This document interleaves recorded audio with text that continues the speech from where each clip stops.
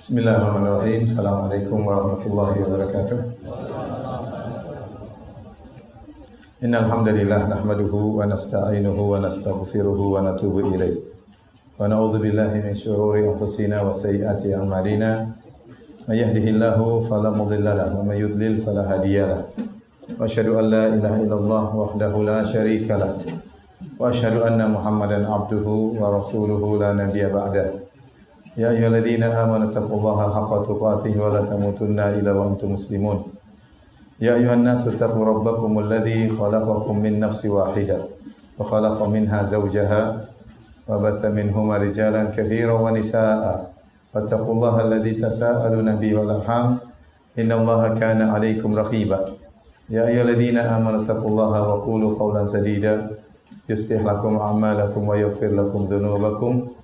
Wa may yuti'illaha wa rasulahu faqad faza fawzan 'azima. Amma ba'd, fa inna asdaqal hadithi kitabullah wa khairal huda huda Muhammadin sallallahu alaihi wasallam wa syarrul umuri muhdatsatuha wa kullu muhdatsatin bid'ah wa kullu bid'atin dhalalah wa kullu dhalalatin finnar. Hadirin dan hadirat yang dirahmati oleh Allah Subhanahu wa taala, alhamdulillah puji dan syukur kita panjatkan kepada Allah yang pada kesempatan kali ini kita masih diberi kesempatan untuk bisa menyambung peribadatan kita sehingga kita bisa salat zuhur berjamaah. Semoga salat kita diterima oleh Allah Subhanahu wa taala. Salawat dan salam semoga tercurahkan selalu kepada junjungan kita Nabi Muhammad sallallahu alaihi wasallam dan juga kepada keluarganya serta seluruh sahabat beliau tanpa terkecuali. Sebelumnya saya mohon maaf karena perubahan tema ya. Ada suatu hal ya sehingga saya tidak menyampaikan tentang kisah bahtera Nabi Nuh alaihissalam. Silakan nonton di YouTube, ada ya. Jadi pada kesempatan siang hari ini ya kita akan mengisi dengan tanya jawab ya. Yang punya pertanyaan silakan ditanyakan. Yang bisa saya jawab akan saya jawab. Kalau tidak bisa ditanyakan kepada ustadz yang lain. Sebelumnya saya akan menyampaikan beberapa pertanyaan yang masuk kepada saya dan saya kebetulan tadi baru menulis jawaban-jawaban tersebut. Saya ingin men-share jawaban-jawaban tersebut kepada para hadirin dan hadirat. Kebanyakannya mengenai masalah keluarga karena pertanyaan memang kebanyakannya problematika kehidupan rumah tangga ya, terlalu banyak yang curhat dan yang lainnya ya. Lagi zaman now, zaman curhat ya. Oleh karenanya saya ingin men-share sebagian jawaban tersebut. Di antara pertanyaan yang masuk dan sering ditanyakan oleh ibu-ibu juga yaitu tentang kapan seorang wanita boleh memakai minyak wangi ya. Kapan seorang wanita boleh pakai minyak wangi? Pertanyaan ini sering ditanyakan, di antaranya sebabnya karena sebagian ummahat, sebagian akhwat terkadang mengeluh tatkala mereka ikut pengajian di sebagian tempat. Terkadang sebagian ummahat nampak bau badannya ya, atau kecium bau badannya sehingga terkadang mengganggu jalannya pengajian ya. Karena sebagian ummahat memang meyakini tidak boleh pakai minyak wangi sama sekali tatkala keluar dari rumah. Sama sekali tidak boleh ada aroma harum yang diletakkan di tubuhnya apalagi di pakaiannya tatkala keluar dari rumah. Dan ini tentunya bentuk kehati-hatian. Tetapi kita ingin bicara secara syar'i, apakah seorang wanita tidak boleh pakai minyak wangi sama sekali? Hadirin dan hadirat yang dirahmati oleh Allah Subhanahu wa taala, tentunya wanita dalam Islam sangat dimuliakan. Tidak sembarang orang bisa menyentuh para wanita. Tidak sembarang orang boleh menikmati keindahan sang wanita. Berbeda dengan wanita di sebagian non-muslim yang banyak di antara mereka para wanita sangat tidak dihargai. Mudah dijamah oleh siapapun, mudah disentuh oleh siapapun. Bahkan terkadang sebagian wanita seperti bis, ya, mudah dikendarai oleh siapa saja. Adapun wanita dalam Islam tidak. Ya, dia berharga, tidak boleh disentuh oleh siapa saja. Yang ingin menyentuhnya harus melalui proses yang berat, yaitu proses pernikahan. yang Allah menamakan akad pernikahan tersebut dengan mitsaqan ghalidha wa akhadna minkum mitsaqan ghalidha. Dan para wanita telah mengambil dari kalian perjanjian yang berat. Melalui proses inilah baru kemudian seorang wanita halal untuk disentuh, untuk dijamah oleh lelaki yang telah melalui proses ini, proses pernikahan. Dan sebagaimana kita ketahui, di antara dosa yang sangat buruk adalah dosa perzinahan. Ya, kata Allah Subhanahu wa taala, "Wa la taqrabuz zina, innahu kana fahishatan wa sa'a sabila." Janganlah kalian mendekati perzinahan. Sungguhnya zina itu adalah perbuatan yang keji dan adalah jalan yang sangat buruk. Tatkala Allah mengatakan wala taqrabuz zina dan janganlah kalian mendekati zina, bukan hanya zina yang diharamkan oleh Allah Subhanahu wa taala. Bahkan jalan-jalan yang mengantarkan kepada perzinahan semuanya dilarang dalam syariat, seperti berkhalwat ya di antara laki dan wanita, seperti wanita membuka aurat dilihat oleh para laki di mana-mana sehingga ini menimbulkan gejolak syahwat ya. Dan semua hal-hal yang bisa mengantarkan kepada perzinahan dilarang oleh syariat. Hadirin dan hadirat yang dirahmati Allah Subhanahu wa taala, di antara hal yang dilarang dalam syariat agar wanita tidak menjadi ya santapan para laki yang tidak bertanggung jawab ya, yang hanya ingin menyalurkan atau melampiaskan syahwatnya, adalah wanita dilarang untuk keluar dari rumah dalam kondisi memakai parfum ya. Dalam kondisi memakai parfum. Ini datang dalam beberapa hadis, di antaranya dalam Sunan Tirmizi, kata Nabi sallallahu alaihi wasallam, "Al-mar'atu auratun, fa idza kharajat istashrafa syaitan." Wanita adalah aurat. Kalau dia keluar maka akan diintai oleh syaitan. Istishraf dalam bahasa Arab, istashrafa syaitan, diintai oleh syaitan. Istishraf dalam bahasa Arab artinya seperti ini. Ini namanya apa? Istishraf. Artinya syaitan menanti-nanti kapan keluar seorang wanita untuk diintai. Dia intai. Dan diintai oleh syaitan ini ada dua penafsiran. Penafsiran pertama, syaitan dari kalangan jin menanti-nanti kapan wanita keluar dari rumah. Untuk apa? Agar dihiasi oleh syaitan sehingga menjadi indah di pandangan para lelaki, sehingga para lelaki akan tergerak syahwat mereka. Makanya dalam hadis kata Nabi sallallahu alaihi wasallam, "Innal mar'ata tudbiru ala surati syaitan wa tuqbilu ala surati syaitan." Kata Nabi sallallahu alaihi wasallam, wanita itu datang dalam bentuk syaitan dan balik dalam bentuk syaitan. Bukan berarti mengerikan ya, enggak. Tetapi maksudnya dihiasi oleh syaitan sehingga wanita tersebut benar-benar menarik bagi lelaki sehingga menjadi pusat perhatian lelaki. Makanya segala hal yang menjadikan wanita menjadi pusat perhatian dilarang dalam syariat. Makanya syariat melarang wanita keluar memakai jilbab yang ada pondok ontanya. Kenapa? Kalau dia memakai jilbab yang ada nampak di atasnya, dia akan berjalan berlenggak-lenggok dan akan menjadi perhatian para lelaki. Kenapa wanita dilarang memakai baju jilbab yang berwarna-warni terlalu banyak sehingga menarik perhatian? Ya, karena ini tadi menarik perhatian para lelaki. Wanita memakai jilbab bukan untuk menjadi pusat perhatian lelaki, tetapi agar terhalang dari pandangan mata yang tidak baik, agar auratnya tertutup, bukan menjadi pusat perhatian. Oleh karenanya kalau jilbab ternyata menjadikan seorang wanita justru menjadi pusat perhatian, maka itu jilbab yang salah fungsi. Apalagi jilbab yang akhirnya menjadikan wanita semakin cantik, semakin indah, maka ini juga salah fungsi ya. Dan di antaranya seorang wanita dilarang keluar memakai minyak wangi yang akhirnya tercium oleh para lelaki dan akhirnya menimbulkan syahwat para lelaki. Dalam hadis kata Nabi sallallahu alaihi wasallam, "Ayyuma imra'atin ista'tarat famarrat biqaumin liyajidu rihaha fahiya zaniyah." Wanita mana saja yang memakai parfum kemudian keluar dari rumahnya melewati suatu kaum agar dicium aroma parfum tersebut oleh kaum lelaki tersebut, maka ini adalah wanita pezina. Ini hadis riwayat Imam Ahmad, At-Tirmidzi, An-Nasa'i dari hadis Abu Musa Al-Asy'ari radhiyallahu taala anhu. Ini ancaman yang sangat berat. Wanita memakai parfum kemudian dia keluar agar para lelaki mencium aromanya, maka ini wanita pezina. Maksudnya apa? Maksudnya dia mengantarkan, hal ini mengantarkan timbulnya perzinahan. Hal ini akan mengantarkan para lelaki tergolak, bergejolak syahwatnya. Paling tidak para lelaki tersebut akan terjerumus dalam zina mata. Dan memang tidak diragukan bahwasanya parfum itu ya bisa menimbulkan syahwat. Makanya dalam haji dan umrah tatkala seorang sedang ihram tidak boleh pakai parfum. Ya, dilarang ar-rafath. Ar-rafath itu adalah jima, dilarang, dan seluruh mukaddimah yang mengantarkan kepada jima dilarang tatkala seorang sedang ihram. Di antaranya tidak boleh pakai parfum karena parfum itu bisa membuat syahwat bergejolak.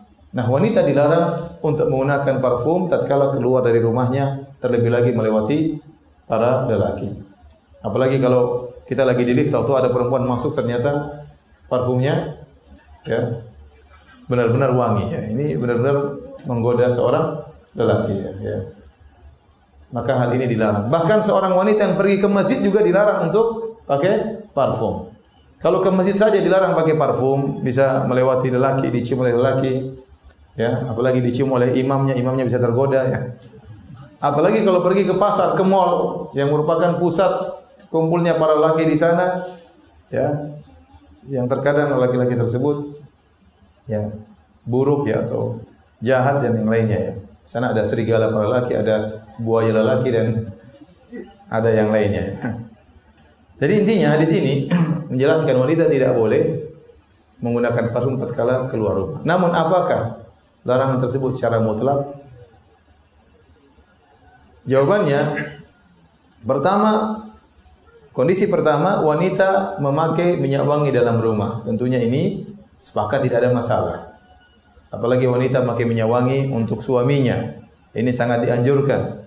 Wanita diharapkan bisa menjadikan suaminya menundukkan pandangan, hanya cukup dengan dirinya. Wanita diharapkan agar suaminya bisa menyalurkan syahwatnya, bisa menggerakkan syahwat sang suami. Maka dianjurkan wanita berhias. Di antaranya wanita memakai minyak wangi di hadapan suaminya, tidak jadi masalah. Bahkan mandi minyak wangi pun tidak apa-apa. Jangan minum minyak wangi, tapi mandi boleh ya. Kemudian dia bertemu dengan suaminya dengan begitu harumnya, maka ini sangat dianjurkan. Jadi wanita kalau pakai minyak wangi dalam rumah, sepakat tidak jadi masalah. Kemudian kondisi kedua, wanita memakai minyak wangi, tetapi minyak wangi tersebut tatkala sekarang kondisi kedua dia keluar rumah. Kalau dalam rumah enggak ada masalah. Dalam rumah tidak ada masalah. Bagaimana kalau dia keluar rumah? Keluar rumah ya. Kemudian dia pakai minyak wangi. Saya lupa ya, saya ingatkan. Meskipun wanita dalam rumah pakai minyak wangi tidak masalah, tapi untuk suaminya. Adapun kalau ternyata ada tamu dalam rumah, kemudian lelaki asing ya, maka tidak boleh dia pakai minyak wangi yang tercium oleh tamu lelaki asing tersebut yang bukan mahramnya. Tapi kalau seandainya minyak wangi tersebut hanya tercium oleh suaminya atau tercium oleh kerabatnya, mahram-mahramnya, adik kakaknya, enggak ada masalah. Tapi kalau ipar enggak boleh. Karena ipar bukan mahramnya. Demikian juga kalau tamu, teman suaminya datang, kemudian mungkin dia melayani, menyediakan makanan atau minuman, maka dia tidak boleh pakai minyak wangi, dilarang, hukumnya haram. Ya. Dikatakan oleh Nabi tadi, wanita itu wanita berzina. Bagaimana kalau dia keluar rumah? Kalau dia keluar rumah, jika ternyata dia memakai minyak wangi, yang ternyata minyak wangi tersebut sangat ringan baunya, tidak sampai keluar dari tubuhnya, hanya sekedar menghilangkan bau keringat seperti memakai deodoran misalnya, atau bedak yang tipis dalam tubuhnya, maka ini tidak mengapa, ini tidak terlarang. Ini yang saya khawatir disalahpahami oleh sebagian ibu-ibu, menyangka kalau keluar rumah tidak boleh pakai minyak wangi sama sekali. Akhirnya tatkala dia pergi pengajian, mungkin ruangannya pengap, tertutup, keringatan, akhirnya menimbulkan bau keringat. Nah, sebagian orang tidak kuat dengan bau keringat tersebut, sebagian orang menikmati bau keringat tersebut. Tetapi maksud saya, tidak mengapa wanita memakai minyak wangi yang ringan sekedar untuk menghilangkan bau keringat atau bedak yang tipis, tidak jadi masalah. Sehingga tatkala dia melewati jalan ada lelakinya, tidak mengapa karena bau tersebut tidak sampai kepada lelaki. Jadi perhatikan hadis yang kita bicarakan. Ayyuma imra'atin ista'tarat ya, thumma kharajat famarrat biqaumin yajidu min harihaha fahiya zaniyah. Wanita mana saja yang memakai minyak wangi, kemudian dia keluar dari rumahnya agar wanginya tercium oleh lelaki, maka dia wanita berzina. Mafhum dari hadis ini, mafhum mukhalafah. Kebalikan dari hadis ini, berarti kalau wanita tersebut memakai minyak wangi tidak tercium oleh para lelaki, maka tidak mengapa. Paham? Dia pakai minyak wangi tidak tercium oleh para laki, maka tidak mengapa. Terutama minyak wangi yang ringan yang sekedar untuk bau tubuh. Tapi kalau sampai keluar, ini tidak boleh karena hukumnya haram. Ya. Saya hajian kemarin, saya boleh bayangkan bagaimana minyak wangi zaman dahulu. Kalau minyak wangi sekarang banyak yang palsu atau campurnya terlalu banyak. Saya rasa zaman minyak wangi zaman dahulu semuanya asli mungkin ya. Jadi baunya memang sangat apa? Sangat tajam. Saya kemarin hajian, saya lewat bersama jemaah haji, jamaah. Tahu-tahu ada seorang anak pemuda laki-laki lewat. Dia lewat, kita semua kaget, kita mungkin ada berlima atau berenam. Aromanya sangat wangi. Luar biasa. Kemudian dia jalan, ini orang ini laki ini penjaga pintu Masjid Haram di Mekah. Dia berjalan kira-kira 15 meter dari kita, wanginya masih nempel di hidung. Kita heran. Kok masih bau sampai sekarang? Dia sampai jalan sudah 15 meter. Saya bilang itu mungkin minyak wanginya tempel di hidung kita meskipun dia sudah jauh masih apa? Karena nggak mungkin 15 meter masih apa? Kecium. Jadi luar biasa, ini minyak wangi yang sangat luar biasa. Dan sebagian orang Arab, mereka yang penggemar minyak wangi. Sampai minyak wangi yang mahal-mahal, ya. Kalau beli gaharu 1 kilo sampai 10.000 real, ya. Mereka beli 40 juta, ada yang 15.000 real. Mereka beli. Kalau kita ngapain buang-buang duit ya? Tapi mereka memang hobi minyak wangi. Saya bayangkan ini mungkin minyak wangi zaman dahulu seperti ini. Baunya sangat luar, aromanya sangat luar biasa. Seandainya dipakai oleh wanita berjalan, maka akan tercium oleh banyak orang. Itu menimbulkan syahwat, menimbulkan perhatian. Mereka semua akan tengok kepada wanita tersebut, padahal wanita tidak boleh menjadi pusat perhatian, dinikmati oleh banyak mata yang memandangnya. Nah, dari sini kita pahami kalau ternyata minyak wangi tersebut ternyata tidak sampai keluar baunya, ya, maka tidak mengapa dipakai oleh ibu-ibu meskipun mereka keluar rumah, tapi harus sangat tipis, jangan sampai kecium. Kalau sudah kecium maka ini terlarang, hukumnya haram. Tapi ini kondisi kedua. Kondisi ketiga, seorang wanita keluar rumah, jadi pakai minyak wangi yang wajar dan keluar baunya. Apakah boleh? Boleh dalam kondisi kalau dia keluar dari rumah, kemudian naik mobil ditemani oleh suaminya atau anaknya, dan dia tidak turun dari rumahnya, tidak turun dari mobilnya kecuali langsung ke tempat tujuan. Di mana tempat tujuan tersebut misalnya hanyalah kumpulan para ibu-ibu, nggak ada masalah. Karena wanita pakai parfum di antara ibu-ibu tidak jadi masalah. Contoh, ada walimah ibu-ibu, ada acara pengajian ibu-ibu, tapi dia diantar oleh suaminya dan tidak turun melewati para lelaki, langsung masuk pintu tempat para wanita. Maka ini meskipun pakai parfum tidak masalah, karena larangan dalam hadis agar tercium oleh para lelaki tidak ada. Paham? Demikian juga seorang wanita, misalnya dia pakai parfum, kemudian disetir oleh suaminya, kemudian dia menuju ke rumah kerabatnya, langsung ke rumah kakaknya, ke rumah adiknya, ketemu dengan orang tuanya, silaturahmi, semua lelaki di situ adalah mahramnya, maka enggak ada masalah. Enggak ada masalah karena larangan tersebut hilang. Paham? Dari sini kita tahu bahwasanya hukum wanita memakai parfum kalau keluar rumah namun tidak tercium oleh para lelaki maka tidak mengapa, atau parfumnya ringan kemudian dipakai tidak jadi masalah.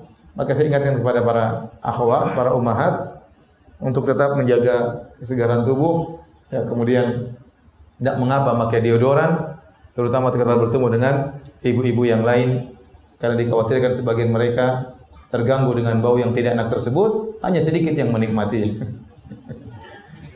Baik. Ini pertanyaan pertama. Kita lanjutkan pertanyaan kedua. Pertanyaan kedua, ini masalah keluarga ya. Apa hukumnya jika seorang laki menolak ajakan istrinya untuk berhubungan? Lagi puasa semuanya. Apakah sang lelaki juga dilaknat oleh malaikat? Dalam hadis ya jelas kalau wanita diajak oleh suaminya untuk digauli ternyata suaminya tidak mau, maka dilaknat oleh malaikat. Ini di hadis riwayat Imam Bukhari dan Imam Muslim. Di antaranya kata Nabi SAW, "Idza da'a rajulun imra'atahu ila firashihi fa'abat fabata ghadban la'anatal malaikatu hatta tusbih." Kata Nabi, jika seorang laki mengajak istrinya untuk digauli ke tempat tidurnya, kemudian istrinya enggan, maka sang suami tidur dalam kondisi marah, maka wanita ini dilaknat oleh malaikat sampai pagi. Dalam hadis yang lain, riwayat yang lain, Kata Nabi, walladzi nafsi biyadihi, demi zat yang jiwaku berada di tangannya. Ma min rajulin yad'u imra'atahu ila firashiha. Tidaklah seorang laki pun, suami pun mengajak suaminya untuk digauli ke tempat tidurnya. Fata'ba alaihi. Ternyata sang istri enggan untuk melayani sang suami. Illa kana alladhi fis sama'i sakhitan 'alaiha. Kecuali Allah yang ada di langit akan murka kepada wanita tersebut. Hatta yardha anha, sampai sang suami memaafkannya, sampai sang suami kembali ridha kepada sang istri. Dalam hadis yang lain juga, idza batat al-mar'atu hajiratan firasha zawjiha. Kalau seorang wanita tidur meninggalkan tempat tidur suaminya. Suami tidur di kamar, tidur di kursi. Suami tidur di kamar, tidur di dapur ya. Misalnya. Kata Nabi SAW, la'anat al-malaikatu hatta tusbih. Maka dia akan dilaknat oleh malaikat sampai pagi hari. Dalam riwayat yang lain, hatta tarji', sampai dia kembali kepada suaminya. Ini semua hadis dalam Sahih Bukhari dan Sahih Muslim menjelaskan tentang bahwasanya menolak ajakan suami dosa besar. Menolak ajakan suami dosa besar. Dilaknat oleh malaikat sampai pagi hari dan dimurkai oleh Allah yang ada di atas langit. Nah, sering ibu bertanya, sering saya ditanya masalah ini. Nah, Ustaz, kalau laki yang diajak sama istrinya tidak mau, dilaknat enggak oleh malaikat? Sampai subuh atau sampai maghrib, Ustaz? Jangan-jangan laknatnya lebih panjang. Apakah terlaknat juga? Baik. Hadirin hadirat yang Allah Subhanahu wa taala, pertama kita ingin bahas masalah hadis ini. Hadis ini salah satu hadis yang menekankan tentang pentingnya seorang wanita untuk membantu suaminya menundukkan pandangannya dan menjaga kemaluannya. Kapan suaminya punya hasrat, maka seorang wanita berusaha untuk memenuhinya. Dan dalil akan hal ini terlalu banyak seperti hadis ini. Dan kata Nabi SAW di antaranya, wa in kanat ala tanur, meskipun sang istri sedang memanggang di tempat pemanggangan, tiba-tiba suaminya berhasrat, maka hendaknya dia memenuhi hasrat suaminya. Bahkan kata para ulama, meskipun panggangannya hangus, meskipun rotinya hangus, enggak ada masalah. Dia lagi bakar roti, tahu-tahu suaminya berkehendak, ingin, maka hendaknya dia tinggalkan roti tersebut meskipun hangus, meskipun itu mubadzir. Tetapi ini mudaratnya lebih kecil daripada mudarat kalau menolak ajakan suami. Dan dalam kaidah menempuh mudarat lebih kecil tidak mengapa dalam rangka menolak pemudaratan yang lebih besar. Ya. Jadi kalau seorang ibu-ibu lagi masak sayur, lagi goreng ikan, tiba-tiba suaminya berkehendak, maka tinggalkan sayur dan ikan tersebut. Tapi jangan lupa matikan kompornya. Kemudian dalam hadis yang lain kata Nabi sallallahu alaihi wasallam, wa in kanat ala qatab, meskipun sang wanita sedang berada di atas pelana ontanya. Jika sang wanita sudah naik di atas pelana onta, kemudian dia ingin berpergian, tahu-tahu suaminya timbul hasrat, maka wajib bagi dia untuk melayani sang suami. Sebenarnya mengatakan maksudnya ini menunjukkan mubalaghah, hiperbola dari Nabi SAW. Artinya seandainya ya seorang suami ingin menggauli istrinya di atas kotak tersebut, di atas pelana tersebut, maka sang istri berusaha untuk melayani. Atau maksudnya sang istri segera menunda safarnya dalam rangka untuk melayani sang suami. Saya sering sampaikan seandainya seorang wanita sudah manggil Grab untuk pergi ke pasar, tiba-tiba suaminya berhasrat, maka Grabnya suruh pergi. Ya. Kasih aja duit, Grabnya suruh pergi dalam rangka untuk melayani sang suami. Ya. Rugi 100.000 tidak apa-apa ya. Mudarat lebih ringan daripada menolak ajakan suami. Jadi hadis-hadis seperti banyak. Makanya Allah mengatakan nisaukum harthulakum fa'tu harthakum anna syi'tum. Sungguhnya para istri adalah sawaladang bagi kalian. Datangilah sawaladang tersebut kapan saja dan bagaimanapun engkau menghendaki. Seorang laki hasratnya timbul kapan saja, bisa jadi di pagi hari, bisa jadi di siang hari, bisa jadi jam 2:30 malam, ya tergantung ya. Tiba-tiba hasrat, tiba-tiba apa yang dia lihat bisa merubah suasana ya. Terlebih lagi saya sampaikan, terlebih lagi di zaman sekarang di mana sang wanita benar-benar dijadikan perangkap syaitan. Sebagaimana dikatakan an-nisa habailu syaitan. Wanita itu adalah jerat-jerat syaitan. Syaitan tahu ya. Syaitan wanita setiap keluar rumah dijadikan perhiasan. Sehingga seluruh iklan-iklan yang kita lihat sekarang semuanya isinya perempuan. Iklan HP isinya apa? Perempuan. HP-nya kecil, perempuannya besar. Iklan odol perempuan. Iklan apa lagi? Semuanya ya. Iklan kacamata, iklannya apa? Perempuan. Semua perempuan dijadikan pajangan karena itu yang menarik perhatian. Kalau iklannya laki-laki enggak ada yang lihatnya. jarang lihat ya. Tapi kalau iklannya perempuan, apalagi perempuan tersebut cantik, maka akan menjadi pusat perhatian. Yang dilihat perempuan dulu, baru lihat HP-nya ya. Jadi ini kenyataan ya, bahwasanya wanita dijadikan perangkap syaitan. Nah, lelaki yang keluar sering melihat perangkap-perangkap tersebut. Ya. Kalau di zaman Nabi saja Nabi berkata, "Innal mar'ata tuqbilu ala surati syaitan wa tudbiru ala surati syaitan." Sungguhnya wanita datang dalam bentuk syaitan, pergi dalam bentuk syaitan. Maksudnya benar-benar terhiaskan. Maka jika salah seorang melihat wanita, ya, maka segera dia pulang ke istrinya. Sungguhnya itu akan menolak apa yang bergejolak di hatinya. Itu di zaman Nabi. Nabi mengatakan, kalau seorang laki tidak sengaja melihat wanita, kemudian bergejolak dalam hatinya, segera pulang ketemu istrinya. Segera dia salurkan hasratnya. Apa yang bergejolak di hatinya akan bisa ditolak. Ya. Itu di zaman Nabi. Ya. Seorang mungkin keluar rumah atau melihat sesuatu, segera pulang ke rumahnya. Padahal di zaman Nabi jarang wanita diekspos, jarang wanita terbuka auratnya. Itu zaman Nabi suruh pulang ke rumahnya. Apalagi zaman sekarang. Seorang keluar rumahnya melihat macam-macam. Kemudian dia pulang ke rumahnya ingin menampilkan hasratnya, tahu-tahu istrinya tidak mau. Seorang kerja di kantor dari jam 8 sampai jam 4 sore, kemudian hasratnya sudah menggelegar sejak di kantor gara-gara ketemu teman-teman kantor yang cantik-cantik, yang seksi-seksi, yang indah-indah, yang bening-bening. Kemudian dia pulang ke rumah, istrinya tidak berhasrat, tidak mau melayani. Ngapain sih Mas? Ya, gimana ngapain sejak dari jam 8 pagi sampai sekarang saya sudah. Kemudian tidak mau melayani. Ya. Oleh karenanya dalam hal ini syariat sangat menganjurkan bagi wanita untuk siap sedia melayani sang suami. Bahkan seorang wanita tidak boleh puasa sunnah kecuali minta izin suaminya. Kalau suaminya tidak mengizinkan, tidak boleh dia puasa sunnah.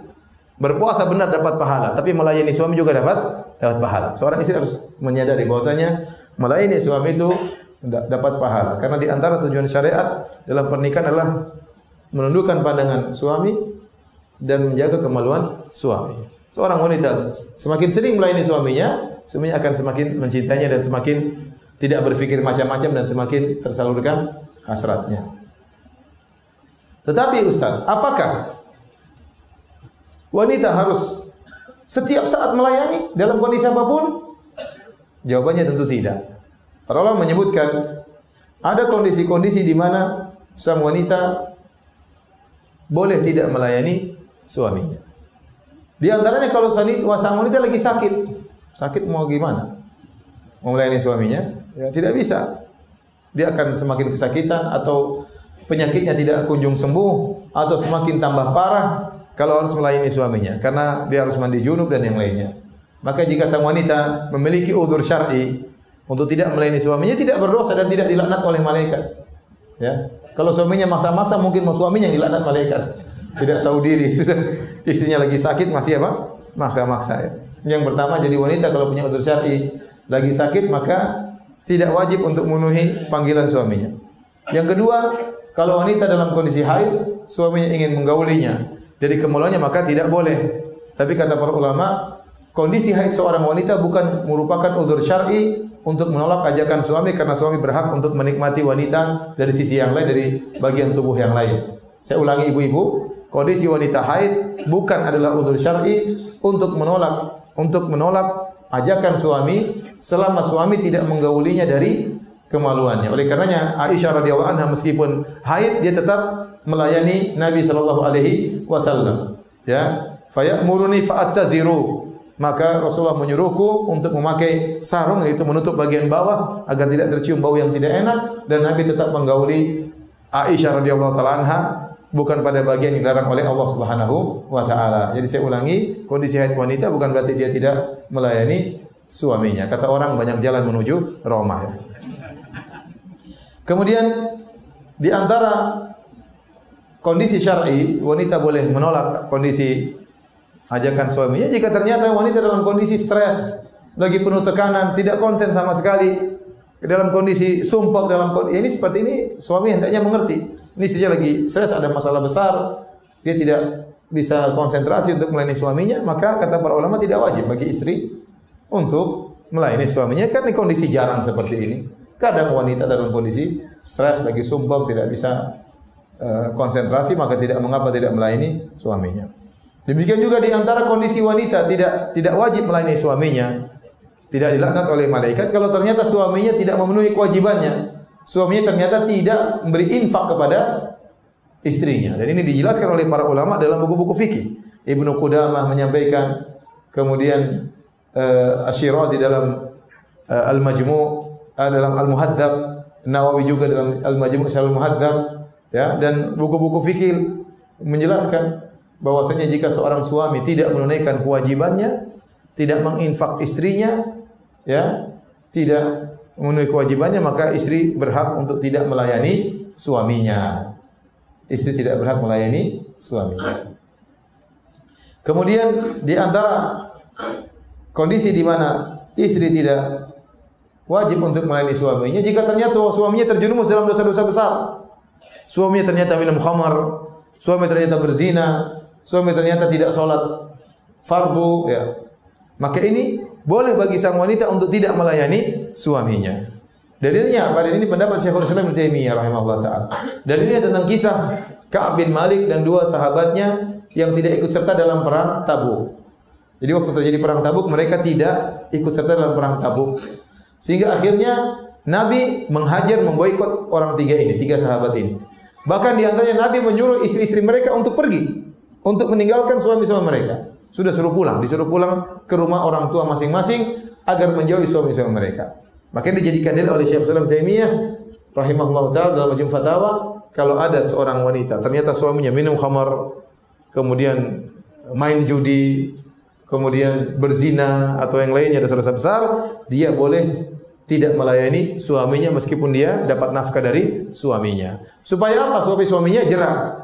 Supaya suaminya jerah. Dia bilang, saya tidak akan melayanimu sampai kau meninggalkan maksiatmu.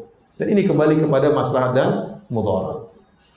Kalau ternyata menurut dia sang suami dengan dilayani bisa malah meninggalkan maksiat, maka dia layani. Tapi demikian, tidak mengapa dia meninggalkan pelayanan terhadap suaminya jika ternyata suaminya melakukan dosa-dosa besar. Kemudian juga Ibnu Hajar menjelaskan dalam Fathul Bari, jika ternyata suaminya yang pertama kali mendiamkan istrinya, tahu-tahu suaminya ngambek, padahal suaminya yang salah, ya, bukan istrinya yang salah, dia ngambek, akhirnya dia tidak mau tidur sama istrinya. Ya sudah, istrinya tidur, tahu-tahu malam-malam berubah pikiran. Dia lagi hasrat, dia datang kepada istrinya tidak melayani, gara-gara ngambekkan suami yang pertama. Kata Ibnu Hajar, tidak mengapa, tidak terlanat oleh malaikat, karena suaminya yang mulai pertama kali menzalimi istrinya. Kemudian juga jika sang istri sedang melaksanakan puasa qadha, dia masih punya hutang bulan Ramadan, sebentar lagi sudah Ramadan berikutnya, ini sudah di bulan Sya'ban, kemudian dia ingin mengqadha puasa Ramadannya. Jika suaminya ingin menggauli istrinya, diajak ke tempat tidur, istrinya tidak mau, maka tidak mengapa, kata para ulama. Karena sang istri sedang puasa apa? Qadha. Beda kalau istri puasa sunnah. Kalau istri puasa sunnah Senin Kemis, suaminya suruh buka, ya buka aja. Enggak ada masalah. Terus puasa gimana, Ustaz? Insya Allah sudah dapat puasa niat. Yang kedua sudah dapat puasa, dapat pahala. Pertama pahala niat puasa, yang kedua pahala melayani apa? Melayani siapa? Masya Allah, suami-suami hafal ya. Baik. Perhatikan ibu. Adapun alasan tidak berhasrat, maka ini bukan udzur syar'i. Ya. Ya, kalau suami ingin menggauli istrinya, ternyata istrinya enggak berhasrat, hasratnya cuma sebulan sekali, terus gimana? Jadi istri hasrat atau tidak berhasrat, dia berusaha melayani suaminya, berusaha enjoy menyenangkan suaminya. Ini berpahala di sisi Allah Subhanahu wa ta'ala. Bukankah Nabi bersabda, wa fi buti ahadikum sadaqah, engkau melayani istrimu kau dapat pahala. Sebaliknya istri melayani suami juga dapat pahala, ya. Memang letih, mungkin capek, tapi berpahala di sisi Allah Subhanahu wa ta'ala. Jadi tidak adanya hasrat bukan alasan untuk menolak ajakan suami. Baik, kita masih belum sampai pada jawaban. Apakah kalau suami enggak mau dilaknat juga, ya? Ini poin pertama. Poin kedua yang harus kita pikirkan, kewajiban untuk memenuhi untuk mengadakan hubungan intim bukan hanya berlaku pada istri, suami juga berkewajiban. Suami juga berkewajiban. Ini dijelaskan oleh Syekh Islam Ibnu Taimiyah dalam Majmu' Fatawa. Dalilnya apa? Dalilnya Ya, Allah berfirman walahunna mithlul ladzi 'alaihinna bil ma'ruf. Dan wanita punya hak seimbang dengan kewajibannya. Seorang wanita punya hak seimbang dengan kewajibannya. Oleh karena Ibnu Taimiyah berkata, wa yajibu 'ala zawji wa tumra'atihi biqadri kifayatiha. Kata Ibnu Taimiyah, wajib bagi seorang suami untuk menggauli istrinya sesuai dengan kebutuhannya. Sesuai dengan kebutuhannya. Malam yunhik badanahu au tasghaluhu an ma'isyatihi. Selama dia tidak lagi dalam kondisi sangat letih, lagi parah, lagi dalam kondisi sangat payah, kemudian diajak bergaul, dia boleh menolak. Tapi kalau dalam kondisi biasa, kondisi normal, kondisi sehat, maka wajib bagi dia untuk memenuhi ajakan istrinya. Atau dia lagi cari nafkah, kemudian diajak, ya dia bisa menolak. Lagi kerja cari nafkah, maka tidak mengapa. Tapi kalau tidak ada udzur, maka hendaknya dia memenuhi ajakan istrinya dan wajib bagi dia untuk menggauli istrinya. Dan sebagian wanita mengeluh, ya, suaminya tidak mendatanginya sampai 2 minggu, sampai sebulan, sampai 2 bulan, ya. Tentunya ini tidak diperbolehkan, ya. Tidak diperbolehkan. Jadi yang wajib untuk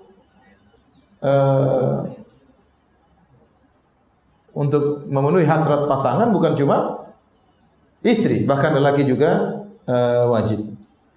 Seberapa jauh lelaki wajib untuk menggauli istrinya? Maka ini khilaf di kalangan para ulama. Kalau kita baca pendapat sebagian ulama, kita dapat keanehan. Ada yang mengatakan tidak wajib sama sekali. Ini itu pendapat mazhab Syafi'iyah. Ini pendapat tidak kuat. Meskipun ini dipilih oleh mazhab Syafi'iyah, mazhab yang berlaku di Indonesia. Menurut mereka tidak wajib menggauli apa? Istri. Kenapa? Logikanya begini. Karena seorang laki menikah istri, dia bayar mahar, dia menyediakan keperluan istri, dia cari nafkah. Berarti dia sudah bayar. Mau diambil barangnya atau tidak, terserah dia. Dia tidak wajib ambil barangnya, paham? Sehingga ini logika mereka, sehingga mereka mengatakan tidak wajib bagi suami untuk menggauli istrinya. Pendapat yang lain, mazhab yang kalau tidak salah Hanafiyah, wajib setahun sekali aja. Wajib setahun sekali aja. Pendapat Hanabilah dalam sebagian pendapat riwayat mengatakan wajib 4 bulan sekali. Dan pendapat yang dipilih Syekh Islam Ibnu Taimiyah berdasarkan riwayat dari Imam Ahmad bahwasanya kewajiban menggauli istri tidak dikaitkan dengan waktu, tapi dikaitkan dengan kebiasaan urf masyarakat. Karena Allah berfirman, walahunna mithlul ladzi 'alaihinna bil ma'ruf. Wanita punya hak sesuai dengan urf masyarakat. Apakah wajar seorang laki sebulan tidak menggauli istri? Itu tidak wajar. Istri juga butuh perhatian, istri juga butuh untuk melampiaskan hasratnya dan syahwatnya. Demikian juga dalam hadis Nabi SAW berkata kepada Hind binti Utbah, khudhi min malihi ma yakfiki wa waladaki bil ma'ruf.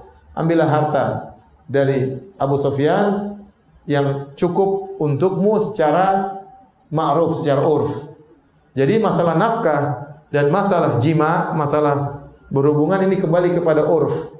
Lelaki juga punya kewajiban untuk memenuhi, ya, hasrat wanita, ya, sesuai dengan kebutuhan sang wanita. Jika dia tidak memenuhi hasrat wanita, maka hukumnya haram. Karena yang butuh untuk menundukkan pandangan bukan cuma lelaki, wanita juga butuh untuk menundukkan pandangan. Yang butuh untuk menjaga kemaluannya dan kehormatannya bukan cuma lelaki, wanita juga butuh untuk menjaga kehormatan dan kemaluannya. Maka wajib bagi suami juga untuk memenuhi kebutuhan hasrat wanita. Jika wanita berkehendak, maka hendaknya suami juga memenuhi. Taib, ini belum juga jawabannya. Poin berikutnya. Taib, ingat, Ustaz, berat sekali laknat malaikat. Masa wanita tidak memenuhi keinginan suaminya pun laknat oleh malaikat? Kita bilang bukan cuma wanita yang diancam, lelaki juga diancam kalau tidak memperhatikan keluarganya, menyia-nyiakan keluarganya, maka diancam tidak masuk surga, bukan cuma tidak dilaknat, bahkan diancam tidak masuk surga. Dalam hadis kata Nabi sallallahu alaihi wasallam,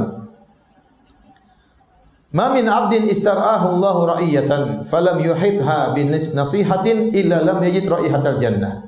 Tidaklah seorang hamba diberi kesempatan oleh Allah untuk memiliki anak buah untuk dia bimbing, kemudian dia tidak bimbing dengan baik, maka dia tidak akan mencium bau surga.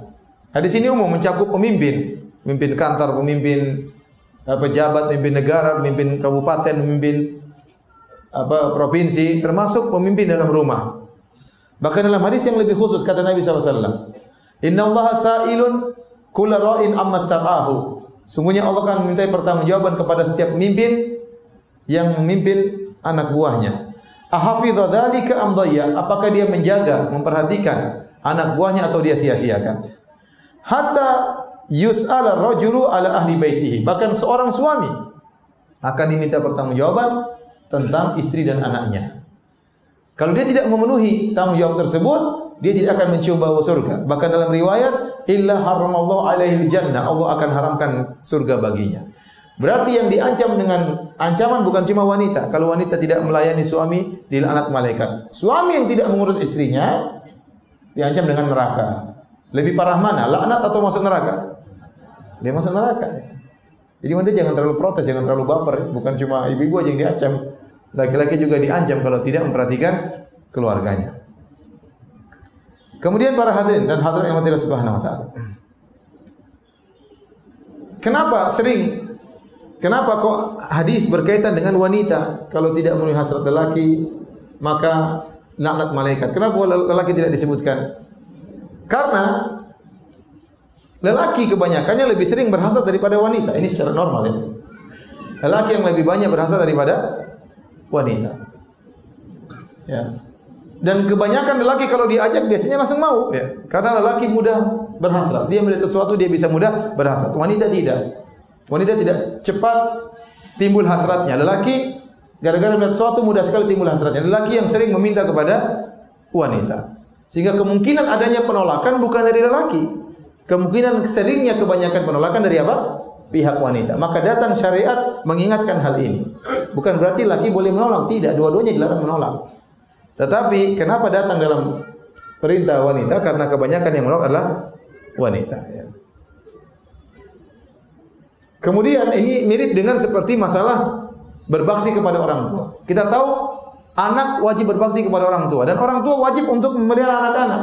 Tetapi kenapa tidak ada dalil-dalil? Wahai orang tua jagalah anak-anakmu. Wahai orang tua jagalah anak-anakmu. Enggak ada, hampir enggak ada. Sedikit mungkin kalau ada pun sedikit. Yang ada anak-anak berbaktilah kepada orang tuamu. Anak berbakti kepada orang tuamu. Kenapa? Karena kesalahan dalam perhatian orang tua terhadap anak sedikit. Kebanyakan orang tua sayang kepada anaknya. Kebanyakan orang tua perhatian sama anaknya, bahkan rela menjual apapun demi anaknya, bahkan berlebih-lebihan apa yang dimintanya dia kasih. Tapi anak terhadap orang tua sering terjadi kesalahan. Betapa banyak orang tua minta, anaknya enggak kasih. Betapa banyak orang tua ditinggalkan, tidak diperhatikan. Maka datang banyak ayat menyuruh anak untuk berbakti kepada orang tua. Bukan berarti orang tua tidak apa-apa tidak perhatian sama anak. Jadi syariat datang penekanan dalam hal yang situ ada penyimpangan. Maka saya katakan, dalam hal hubungan suami istri pun demikian. Kebanyakannya yang mengajak adalah laki. Ya. Laki kalau diajak istrinya, insya Allah tidak ada masalah, dia langsung mau. Tapi banyak terjadi laki ngajak istrinya tidak mau, maka datang penekanan di situ. Kemudian sebagian orang menyangka bahwasanya hadis ini hanya membela laki-laki. Perempuan tidak mau dilaknat oleh malaikat. Padahal kata para ulama hadis ini kemaslahatannya bukan terbatas pada laki, bahkan juga kemaslahatannya berkaitan dengan wanita. Kalau seorang wanita tidak memenuhi ajakan suaminya, maka suaminya stres lama-lamanya. Mulai mikir untuk mencari penyaluran yang lain. Saya rasa wanita sangat cemburu kalau suaminya baru mikir, saya mau ke sana, saya mau ke sini, saya mau poligami, saya mau cari. Tentu istrinya akan sangat cemburu. Apalagi kalau suaminya benar-benar ternyata melakukan. Ya. Tatkala seorang wanita tidak mau melayani suaminya, suaminya ingin melampiaskan syahwatnya. Akhirnya dia mulai berpikir, entah cara halal atau cara haram. Cara halal dengan poligami, cara haram dengan berzina. Dan seorang istri tidak mau dua-duanya. Kebanyakan wanita seperti itu. Kecuali wanita pilihan Allah Subhanahu wa taala. Siap di poligami, kebanyakannya tidak siap. Ya. Walaupun siap, maksudnya siap pentungan, bukan siap. Jadi mau saya, dengan seorang wanita memenuhi hasrat suami, maka suami tidak berpikir begitu-begitu atau berkurang pikiran seperti itu. Dan dia akan semakin sayang kepada istrinya. Setiap dia ajak istrinya akan melayani, maka dia semakin sayang kepada istrinya. Karena dia tahu apa yang dia butuhkan selalu dipenuhi oleh istrinya. Di sini para ibu yang dirahmati Allah Subhanahu wa taala, maka ingatlah ini adalah ibadah. Melayani suami adalah ibadah. Kapan suami ingin dilayani, berusaha untuk melayani. Tentunya suaminya minta dengan cara yang baik, dengan kelembutan, mandi dulu, jangan baru pulang kerja masih bau-bau ketek, kemudian peluk sana peluk sini ya. Tentunya tidak, dia harus juga menyiapkan kondisinya. Nabi SAW kalau masuk rumah, bada bisiwak, yang pertama kali dia lakukan adalah siwak. Supaya apa? Kalau ngobrol sama istrinya tidak bau busuk ya. Agar tidak bau abab ya. Tidak bau enggak enak. Bahkan Nabi SAW juga tatkala ingin menikah dengan wanita lain, Nabi menyuruh istrinya untuk mengecek wanita tersebut. Kata Nabi, "Syummi awaridhaha." Tolong cium sekitar mulutnya. Artinya kalau ternyata wanita tersebut mulutnya bau, Nabi tidak akan menikahinya. Oleh karenanya seorang lelaki tatkala pulang rumah juga harus menyiapkan dirinya, mandi bersih-bersih, pakai parfum, baru kemudian dia minta untuk dilayani oleh istrinya. Baik, kesimpulannya apa? Kesimpulannya kalau lelaki menolak ajakan istrinya, maka dia berdosa tapi tidak dilaknat.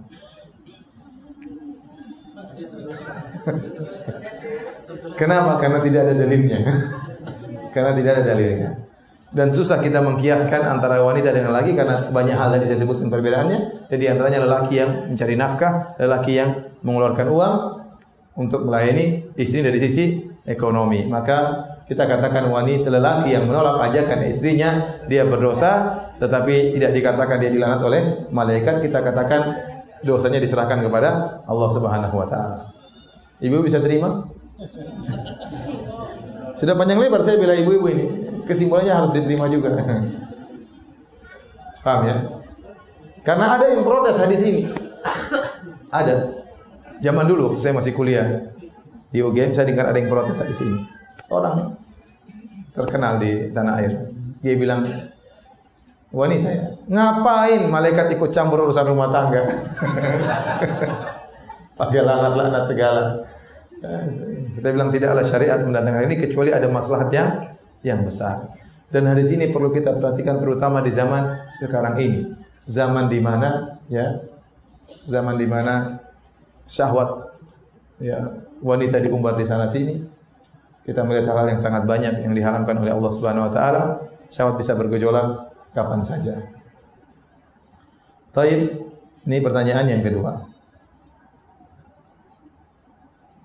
Pertanyaan yang ketiga. Ini sudah saya singgung tadi. Jika seorang suami tidak menjalankan kewajibannya seperti tidak memberi nafkah, apakah tetap sang istri wajib untuk taat kepada suami? Kita tahu bahwasanya taat kepada suami adalah kewajiban yang sangat utama bagi seorang wanita. Bahkan kunci masuk surga. Nabi sallallahu alaihi wasallam, "Idza shallatil mar'atu khamsaha wa shamat syahraha wa hafizat farjaha wa ata'at ba'laha qila laha udkhul jannata min ayyi babin syi'ti." Jika seorang wanita salat 5 waktu, kemudian puasa di bulan Ramadan, kemudian menjaga kemaluannya dan taat kepada suaminya, dikatakan kepadanya, masuklah engkau surga dari mana saja yang kau kehendaki. Meskipun dia tidak salat sunnah, meskipun dia tidak puasa sunnah, dia hanya salat 5 waktu aja, tidak ada qabliyah, tidak ada badiyah, tidak ada witir, tidak ada duha, 5 waktu aja dia salat. Kemudian dia hanya puasa bulan Ramadan, tidak usah puasa Asyura, tidak puasa Arafah, tidak puasa Senin Kemis. Dia jaga kemaluannya, tidak berzina, jaga kemaluan, jaga kehormatannya. Yang penting dia taat kepada suaminya. Dikatakan kepada sang wanita, masuklah engkau ke surga dari pintu mana saja yang kau kehendaki. Ini dalil bahwasanya taat kepada suami itu pahalanya besar. Ya, itu pahalanya besar. Ibu harus ingat akan taat kepada suami. Jangan suka ngeyel, jangan suka membentak, jangan suka ngangkat suara. Ya, apalagi di zaman sekarang banyak suami yang taat kepada istrinya. Ya. Tidak tahu pahalanya sebesar apa. Kebalik, banyak seperti itu, banyak. Saya punya kawan cerita, Ustaz, ada direktur kami, owner perusahaan, luar biasa. Orang semua takut sama dia. Kalau dia bicara semuanya takut. Semua diam kalau dia sudah bicara. Suatu hari kami lagi rapat rame-rame, tiba-tiba telepon bunyi. Langsung dia berhentikan rapat, dia angkat, ternyata istrinya. Iya. Ketakutan sama istrinya. Padahal semua orang takut sama dia. Makanya yang hebat itu bukan jenderal, yang paling hebat itu istri jenderal. yang paling hebat polisi hebat, tapi yang lebih hebat Polda, polisi dapur lebih hebat lagi daripada polisi di jalan ya. Kenyataan, seharusnya wanita taat kepada suami. Nah, apakah wanita harus taat kepada suami dalam segala kondisi? Tentunya yang terbaik istri taat kepada suami. Tapi kata para ulama, kalau ternyata suami tidak memenuhi kewajibannya, tidak beri nafkah kepada istri, maka istri boleh tidak taat kepada suami. Sejauh mana suami meninggalkan kewajibannya, sejauh itu pula wanita boleh tidak taat. Ini secara syariat. Tetapi kalau kita ingin, sang istri ingin mencari keridhaan Allah, maka dia berusaha menunaikan haknya. Suami tidak taat, urusan dia dengan Allah Subhanahu wa taala. Kalau dia ingin kondisi semakin baik, hendaknya dia tetap berbuat baik kepada suaminya, berusaha untuk perbaiki suaminya dengan ketaatan. Tapi kalau kita ditanya, apakah dia berdosa kalau tidak taat? Jawabannya tidak berdosa. Kenapa? Karena suaminya tidak beri nafkah kepada dia. Ya. Sama sebaliknya, kalau istri diajak berhubungan tidak mau, suami boleh tidak kasih nafkah, cari makan sendiri. Boleh. Ya. Kenapa? Karena diajak tidak mau, maka boleh tidak kasih nafkah. Istri tidak taat, nusyuz, boleh tidak dikasih nafkah, enggak usah. Ini sebab ini kita bicara secara syar'i. Kapan istri tidak menjalankan tugasnya, sudah suami boleh membalas dengan tidak beri nafkah. Kapan suami tidak kasih nafkah, maka istri boleh tidak mentaati suami. Tetapi kalau kita ingin cari solusi, sebaiknya jangan demikian. Itu tadi secara hukum syar'i saja. Tapi mencari solusi hendaknya mereka saling memahami, saling mengerti, ya, saling perbaiki, tidak perlu saling balas membalas. Ya. Tidak perlu saling balas membalas. Taib hadirin hadirat Allah Subhanahu wa taala. Masih ada pertanyaan berikutnya, tapi saya rasa sampai di sini saja. Yang bertanya dari para jamaah silakan, masih ada 25 menit atau 20 menit. Saya persilakan. Yang awal Ustaz. Ibu-ibu silakan, ibu dulu. Ibu silakan yang dipegang mic. Oh, ini dari akhwat, oke. Assalamualaikum Ustaz, waalaikumsalam warahmatullahi wabarakatuh. Saya seorang akhwat. Yang benar bukan akhwat, tapi akhwat ya. Ada O-nya, akhwat. Dan akhwat itu artinya para ukhtun, ukhti, maksudnya akhwat. Jadi akhwat itu jamak, plural, bukan mufrad ya. Seperti ikhwan juga bukan mufrad, yang benar mufradnya apa? Al-akh. Tapi sudah menjadi bahasa kita, pokoknya laki-laki namanya apa? Ikhwan. Anakmu ikhwan atau akhwat? Anakmu banyak apa sedikit? Ikhwan berarti sekarang kan keluar langsung 3, 4 ya. Laki-laki, padahal jadi istilah kita ikhwan itu lelaki, akhwat itu apa?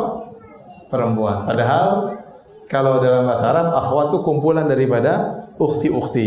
Kalau ikhwan itu kumpulan daripada akhi-akhi, paham? Jamak, dia plural ya. Dan kalau akhwat itu maksudnya kalau di istilah orang-orang Arab, akhwat itu maksudnya remaja-remaja, gadis-gadis. Adapun kalau ibu-ibu dibilang apa? Nisa, an-nisa ya. Makanya waktu Syekh Abdul Razak datang ke Indonesia, kemudian berjalan sama sebagian ikhwan, ada sebagian ikhwan mengatakan, Syekh itu musola akhwat. Jadi Syekh ketawa. Karena nggak ada istilah musola akhwat di Saudi, adanya musola apa? Nisa, kayaknya musola gadis gitu. Saya ngerti, Syekh ketawa, ini memang orang Indonesia pede kalau ngomong, padahal salah. Ini musola akhwat. Musola akhwat pikirannya menurut orang Saudi kalau dengar itu musola apa? Gadis ya, musola akhwat maksudnya bukan ibu-ibu. Mereka biasanya musola an-nisa ya. Jadi kita lanjutkan jadi. Jadi kalau wanita lelaki nikah sama akhwat ya. Benar kan? Baik. Saya seorang akhwat atau saya seorang ukht. Jika minyak wangi yang saya pakai tidak boleh tercium saudara ipar laki-laki, lalu bagaimanakah dengan memakai jilbab? Apakah saudara ipar juga tidak boleh melihat rambut saya? Iya. Ipar itu bukan mahram kita. Ipar itu bukan mahram. Bahkan yang mengatakan alhamu maut. Saudara laki-laki terkadang menjadi maut. Kenapa? Karena banyak wanita menggampangkan tentang saudara laki-laki. Dianggap saudara, dan orang juga banyak menggampangkan. Padahal terjadi beberapa kasus perzinahan antara seorang dengan iparnya. Ini terjadi. Ya. Oleh karenanya ipar kita tidak boleh melihat rambut kita, tidak boleh melihat aurat kita, karena ipar kita itu bukan mahram kita. Ya, ini perlu diketahui oleh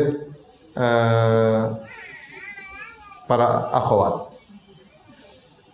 Jadi benar, saudara ipar tidak boleh melihat rambut.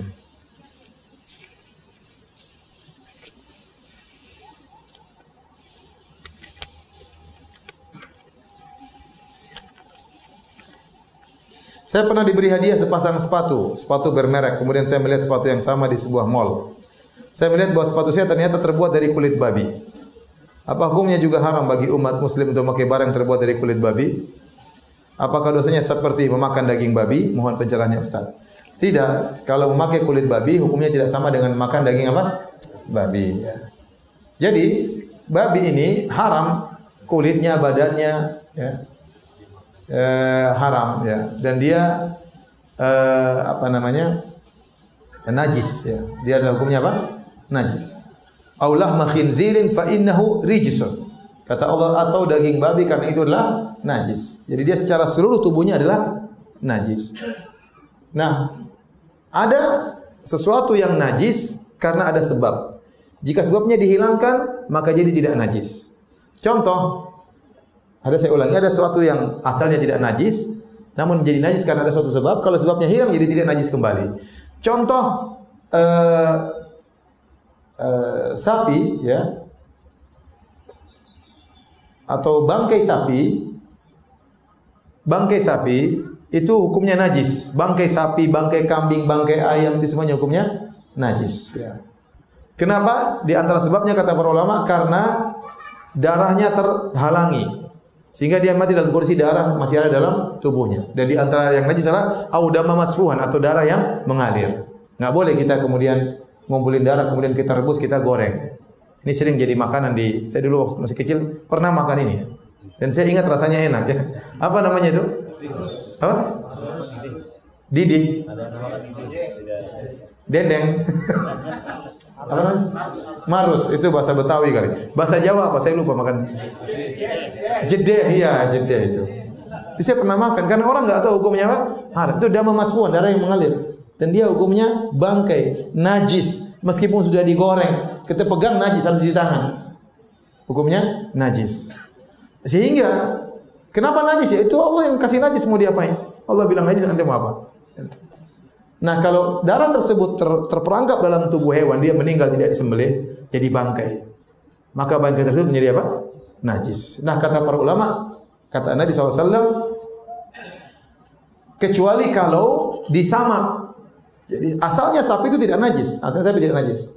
Tapi karena dia dalamnya ada darah menjadikan dia najis, maka sapi tersebut menjadi najis. Nah, tapi kalau kulitnya disamak, dihilangkan seluruh yang berkaitan dengan minyak-minyak dan cairan sehingga menjadi sangat kering, maka menjadi tidak najis. Ya. Waktu Nabi melihat sebagian orang membawa bangkai kambing, Nabi mengatakan kenapa tidak disamak? Ya. Kalau sudah disamak maka faqat tahur. Idza dubigo faqat tahur. Kata Nabi kalau sudah disamak maka menjadi suci. Kenapa? Karena kulit yang tadinya ada cairannya, ada minyaknya, ada sel-selnya atau ada apanya lah, pokoknya berkaitan dengan darah. Kemudian kalau disamak sehingga dihilangkan seluruhnya, maka ini sudah tidak najis lagi. Dan ini tidak berlaku pada babi karena babi kulitnya sendiri itu apa? Najis, tidak bisa disamak. Sama kita menyamak kulit anjing nggak bermanfaat, tidak bisa. Nah sekarang kulit babi disamak, dijemur, dijadikan sepatu, tetap saja tidak boleh, tidak boleh. Hanya saja para ulama khilaf tentang bulu babi. Karena bulu babi tersebut dia tidak ada sel kehidupan di situ. Artinya kalau contoh seperti kambing. Kambing itu kalau masih hidup, semua yang terpotong dari hewan yang hidup jadi bangkai. Contoh ada kambing lewat kemudian antum pukul, kakinya lepas, putus. Kaki ini tidak boleh dimakan karena kaki ini adalah lepasan dari hewan yang masih hidup, paham? Tidak boleh antum ambil, mumpung dapat kaki kambing ente masak, tidak boleh. Itu bangkai. Tetapi kalau antum dapat kambing, antum cukur bulunya, dia menangis nggak waktu dicukur bulunya? Enggak, karena tidak ada rasa sakit yang dia rasakan. Maka bulu kambing itu meskipun diambil dari kambing yang masih hidup, dia tidak bangkai, paham? Beda dengan tangan. Kalau tangan antum potong, lepas jadi apa? Bangkai, karena ada sel kehidupan di situ. Adapun bulu kambing kalau antum potong jadikan wol dan memang sering dipotong, tumbuh lagi, potong lagi, itu tidak najis karena tidak ada kehidupan di situ setelah dipotong, sehingga tidak merasa sakit sama sekali. Ya. Nah, demikian juga babi. Babi bulunya ada khilaf. Bulunya ini kan kalau dipotong tidak apa-apa, dijadikan kuas, jadikan apa, ini jadi masalah khilaf. Dan banyak buat kue itu ternyata dibuat dari apa? Bulu babi, karena lebih lembut, lebih apa, lebih macam-macam. Mending enggak usah lah. Kalau itu tahu kuas babi enggak. Buat ngecat tembok aja. Kalau buat makanan, aduh bahaya ya. Tapi kalau kulitnya maka enggak boleh. Meskipun sudah disamak, sudah dikeringkan, dijadikan sepatu tetap saja najis. Maka ibu ini yang tadi punya sepatu terbuat dari kulit babi, ya mending dibuang. Mending dibuang. Apakah hukumnya sama dengan makan daging babi? Jawabnya tidak. Ini tidak dimakan, cuma dipakai.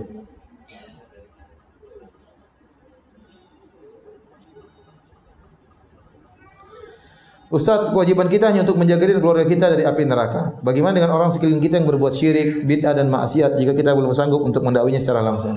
Kalau kita nggak sanggup, kita yang penting keluarga kita selamat.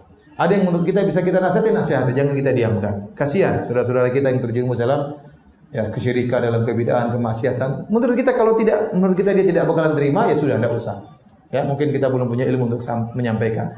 Tapi kalau ada kesempatan, kita boleh sampaikan kepada mereka sebagai bentuk nasihat, tentu dengan cara yang baik, dengan penuh kasih sayang. Karena kata orang kalau nasihat keluar dari hati akan masuk ke hati. Al-kalam idza kharaja minal qalb waqa'a fil qalb. Perkataan itu nasihat kalau keluar dari hati akan masuk ke hati. Niat kita bukan untuk mencela, niat kita bukan untuk merendahkan, tapi karena kita sayang. Kita sayang. Kalau kita menyampaikan itu karena sayang, orang itu akan merasakan kita disayang sama dia. Sebenarnya kita disayang sama dia. Maka kita akan lebih menjaga perkataan, kita lebih hati-hati karena kita menyampaikan dengan penuh kasih sayang. Jadi kalau tidak mampu, nggak ada masalah. Mau apa lagi? Tidak mampu ya sudah, kita yang penting menyelamatkan anak dan istri. Ustadz, bolehkah seorang istri nekat atau sembunyi-sembunyi menghadiri kajian sunnah karena suaminya melarang dan marah jika tahu suaminya maunya ngaji yang di masyarakat yang tidak dicontohkan oleh Nabi kita? Ini istri sudah lama bersabar dan berdoakan agar suaminya mengerti, tapi suaminya kok susah ya. Mungkin doanya kurang tulus. Mungkin salat malamnya kurang. Mungkin perlu lebih meningkatkan pelayanan. Saya sampaikan kepada ibu ini dan khususnya dan juga kepada para ibu-ibu secara umum yang mungkin suaminya belum dapat hidayah. Tunjukkan bahwasanya kalau kita sudah kenal sunnah, kita semakin meningkatkan servis kita kepada suami, bukan semakin sering ngomel sama suami. Terangkan dengan baik-baik, dengan senyum, dengan lembut. Suami tidak terima, mungkin pertama tidak terima. Mungkin tatkala kedua kali, ketiga kali, mungkin sudah 70 kali baru dia terima. Tapi tingkatkan servis kepada suami. Tunjukkan bahwasanya orang sunnah itu menjalankan sunnah Nabi. Di antara sunnah Nabi adalah bagaimana bisa melayani suami dengan baik. Ya. Tetapi apakah dia boleh mengaji diam-diam? Kalau seandainya tidak ada sarana untuk mengaji sama sekali, ya. Dan kalau dia khawatir kalau dia tidak mengaji dia akan timbul kemudaratan, dia akan tersesat, maka tidak mengapa dia mengaji diam-diam.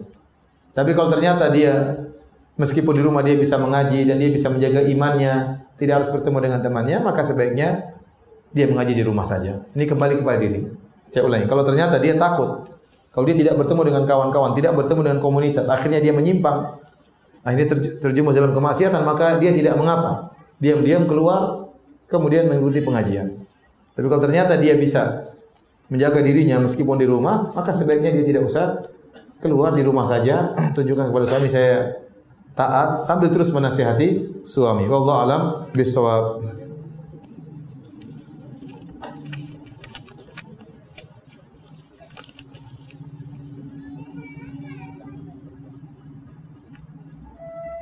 Ustaz, bagaimana menyikapi suami yang beda pemahaman dengan kita dalam mengamalkan sunnah? Apa kita tetap harus mengikuti pemahaman yang mengamalkan suami? Tidak, ya. Masalah agama bukan kita serahkan kepada suami, kita serahkan kepada orang yang berilmu. Tanya, ya kita jalankan. Kalau suami kita menyimpang, jangan ikut suami. Kalau suami kita salah, jangan ikut suami. Tapi tetap harus kita menjaga hubungan dengan suami. Ya, saya lihat betapa banyak suami dapat hidayah gara-gara istrinya. Banyak sekali suami dapat hidayah gara-gara istrinya. Dengan kesabaran istrinya, dengan kelembutan istrinya, ngobrol baik-baik, ya. Tingkatkan servis kepada suami, sampaikan dengan baik-baik. Mudah-mudahan suatu saat suaminya dapat hidayah. Kalau enggak cara yang lain, suaminya dibuat komunitas. Panggil suami-suami kawan yang kita komunitas kita yang sudah ngaji, ajak ke rumah, ngobrol-ngobrol dengan suami kita. Sehingga suami kita punya teman baru, mungkin dia mulai nyinggung masalah sunnah, mulai diskusi. Kalau sama istrinya kan dia berani marah-marah. Tapi kalau sama laki-laki dia tidak mungkin marah-marah. Pasti dia dengar dulu. Pasti mulai masuk sedikit-sedikit. Jadi undang suami-suami kawan-kawan untuk datang ke rumah, ngobrol-ngobrol dengan bikin acara di rumah misalnya. Sehingga suaminya melihat, ya, ternyata istri saya punya komunitas yang banyak, yang juga baik-baik dan ramah-ramah. Wallahu a'lam bishawab.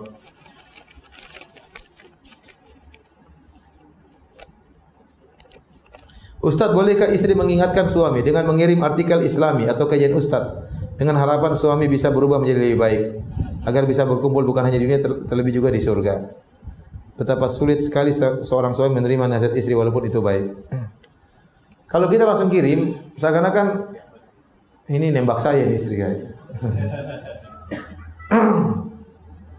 Gimana lah caranya? Istri lebih tahu lah. Ya. Boleh kita kirim artikel, boleh kita, tapi jaga perasaan suami. Jangan sampai suami merasa ditembak atau digurui. Seorang tatkala berbicara dengan suami dengan cara yang baik. Seperti kita berdakwah kepada orang tua kita. Jangan sampai terkesan kita menggurui orang tua kita. Orang tua kita tidak mau digurui oleh anaknya. Tapi kita bahasa-bahasa yang lain yang halus, mungkin diskusi, mungkin apa, yang menunjukkan kita menghormati dia tatkala kita menyampaikan apa yang kita sampaikan ini. Jadi seorang wanita tatkala menyampaikan, memberi masukan kepada suaminya, tetap menunjukkan dia hormat kepada suaminya. Karena suami kalau tahu istrinya hormat, dia akan semakin sayang. Tapi kalau dia tahu istrinya ternyata semakin ngaji, semakin kurang ajar, dia semakin benci kepada istrinya. Maka saya anjurkan istri berusaha nasihat suami, tapi tetap menunjukkan dia hormat kepada suaminya. Wallahu a'lam bishawab. Di surat Yunus ayat 25.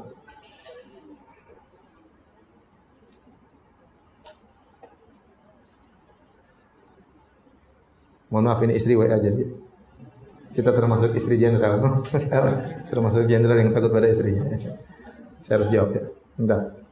Surat Yunus ayat 25. Saya lihat dulu.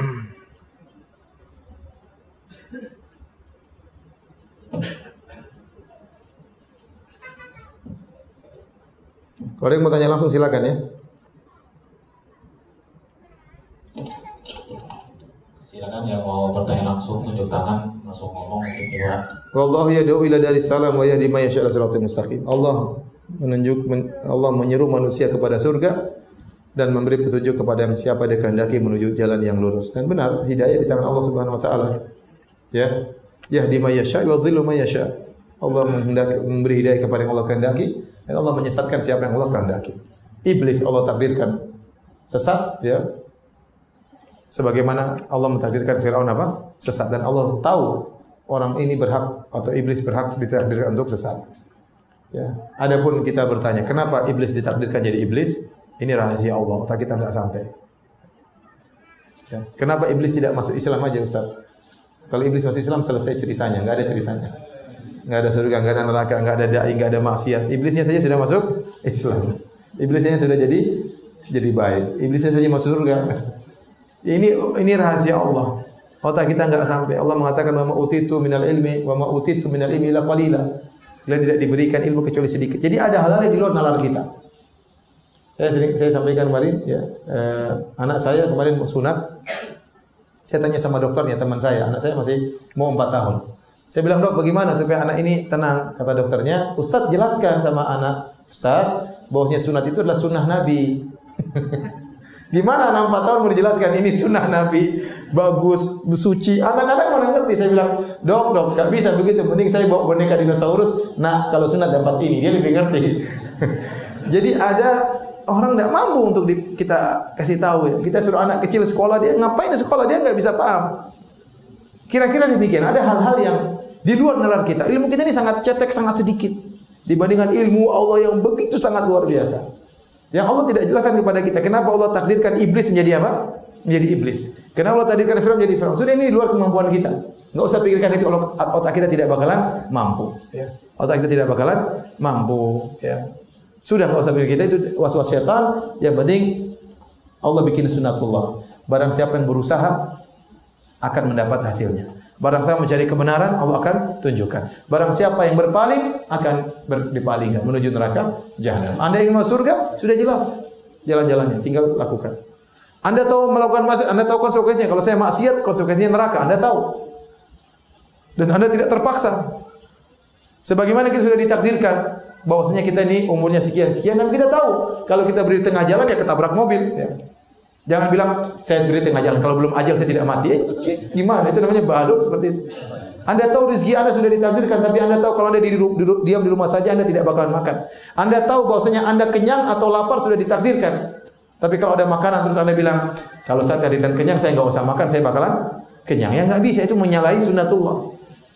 Anda tahu Anda ditakdirkan kenyang atau lapar, tapi Anda tidak tahu ditakdirkan ditulis kapan lapar, kapan kenyang. Anda tahu bahwasanya ajal Anda sudah ditentukan, tapi Anda tidak pernah lihat dalam catatan Lauhul Mahfuz Anda mati tanggal sekian. Enggak ada yang tahu. Anda sudah ditakdirkan neraka atau surga, tapi Anda tidak pernah lihat di catatan Lauhul Mahfuz Anda di surga atau neraka. Tidak ada yang tahu.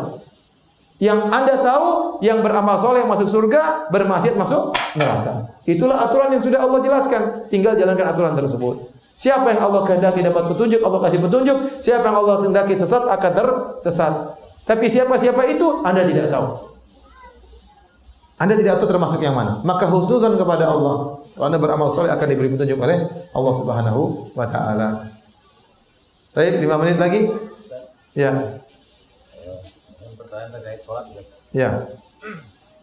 Bagaimana cara yang efektif ketika kita sholat betul-betul terhindar dari hal-hal yang di luar sholat yang kebawa ke sholat?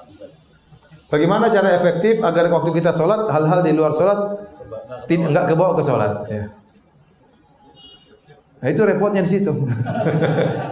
Sebenarnya syariat sudah membuat sarana. Contoh, kenapa kita disuruh wudu lagi? Supaya menggantikan suasana. Kepala pusing dengan wudu jadi apa segar kembali. Kenapa kita disuruh sholat qobliyah? Di antaranya tadi untuk menyiapkan diri kita agar tatkala sholat fardu kita lebih khusyuk. Kemudian di antaranya yang ketiga, kita datang tepat waktu.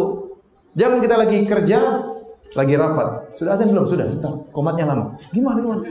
Allah Akbar, langsung tiba-tiba rajin. Ya gimana? Pas kita Allah Akbar, semua rapat ke bawah ke otak kita. Ya. Makanya kita harus berhenti sebelum itu, siapkan diri, baru kita mudah-mudahan bisa khusyuk. Kemudian kita yakin bahwasanya sholat kita dinilai oleh Allah Subhanahu wa Ta'ala. Allah Maha melihat apa yang kita lakukan dan Allah melihat apa isi hati kita. Ya. Innahu alimun bidzati sudur. Allah tahu gerakan hati kita. Apa yang kita pikirkan dalam sholat Allah tahu. Nah, kalau kita lagi sholat, Allahu Akbar, pikiran kita ke kantor, segera kita lawan. Ngapain pikir kantor? Balikkan. Yang jadi masalah kita Allahu Akbar, pikiran kemana kita biarin terus. Oh iya ya, kemana terus.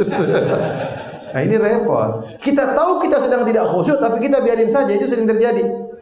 Kalau Anda tahu Anda sedang tidak khusyuk, kembalikan, saya sedang sholat. Ingat apa yang kita baca. Alhamdulillahirabbil alamin arrahmanirrahim. Sedang berhadapan dengan Allah Subhanahu wa Ta'ala. Dan itu sering terjadi, kita lawan. Kalau kita sudah berusaha, tidak ada masalah. Allah dikasih pahala. Tapi kalau kita biarkan itu jadi masalah. Ya. Mungkin begitu saja Allah tahu-tahu. Assalamualaikum. Sudah salam. Masya Allah. Tidak terasa. Saking khusyuknya. Makanya saya sering cerita. Ada orang, saya dengar cerita dari seorang syekh. Dia pergi ke suatu kampung. Kemudian sholat maghrib, sholat isya. Saya lupa. Kemudian setelah sholat diminta izin sama imam. Saya mau kasih hadiah sama jamaah. Tanya jamaah. Tadi imam rakaat pertama baca surat apa? Rupanya mereka bingung. Antum bisa coba nanti surat maghrib tanya. Tadi imam baca surat apa? Bingung, pikir kemana-mana, tidak ada yang tahu. Rakaat kedua imam baca surat apa? Yang tahu saya kasih hadiah, nggak ada yang jawab, semua bingung. Tadi ada anak kecil angkat tangan. Saya tahu Syekh, sini. Kasih malu itu om-om. Apa itu rakaat pertama yang baca apa? Al-Fatihah. Rakaat kedua Al-Fatihah.